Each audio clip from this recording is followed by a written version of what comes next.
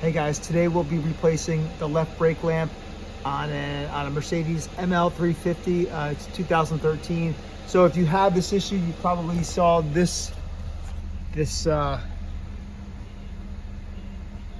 message popping up saying replace the brake lamp. So let's hop in the back and I'll show you how to do it. It's very simple. So I went to the dealership. I got this bulb for like $5, $7, whatever it is. Inflation is getting crazy. So you can go to a hardware store, you can get it for a couple bucks.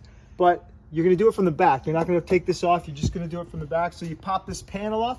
It depends, there's a panel on both sides, so you can do it either side. This is the left side, so we're gonna pop this, just get a regular flathead screwdriver and just pry this open, pry it from the side, and then just lift up.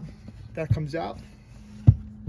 Then you're gonna go over here and you'll see right up here, this piece here, right here, with the black cable sticking out of it. So I'm going to turn this thing counterclockwise, and it should just pop right out. See that? And there it is. There's the bulb.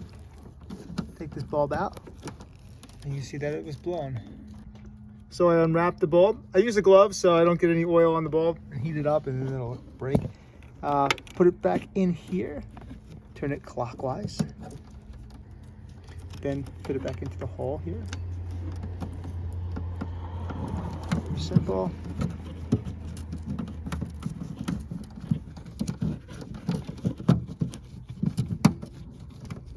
Turn that clockwise.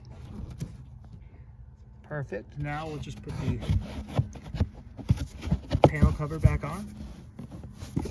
Make sure it fits on the bottom. And then just push it in. And we're all set. And that's it. All you need is a flathead screwdriver to pop the panel off. You're good to go. Have a great day, guys.